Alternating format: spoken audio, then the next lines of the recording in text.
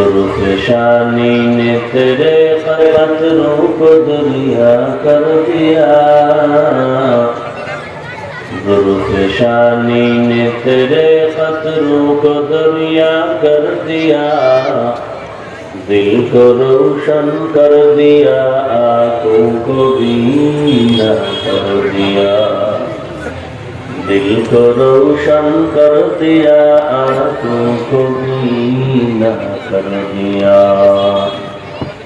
हकीकत खुल जाएगी बवक़्त इम्तिहान पे,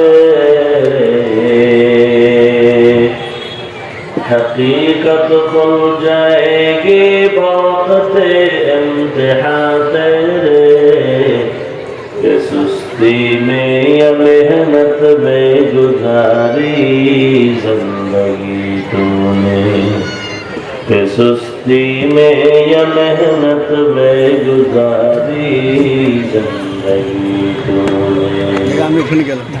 मोहम्मद ने आकर कुफर को मिटाया,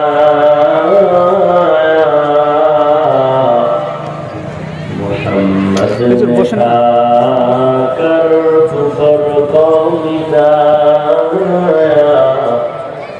कुफर को मिटाकर सदाक़त बताया, कुफर को मिटाकर सदाक़त